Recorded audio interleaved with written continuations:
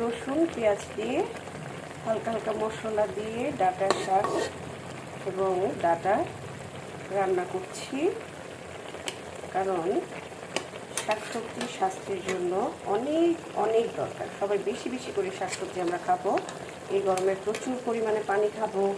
আর এখানে হচ্ছে আমার এক বোন আমাকে ভুট্টা দিল, এই ভুট্টাটা সিদ্ধ করছি। ভুট্টা সিদ্ধ খেলেও স্বাস্থ্যের জন্য অনেক পুষ্টি পাওয়া যায়।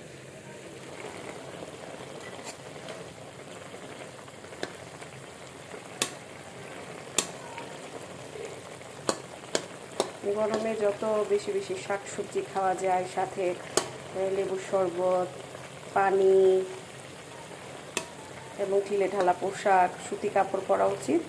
এবং প্রচুর পরিমাণে আমরা সবাই পানি খাবো, শাকসবজি খাবো এবং সুস্থ থাকবো। ধন্যবাদ সবাইকে।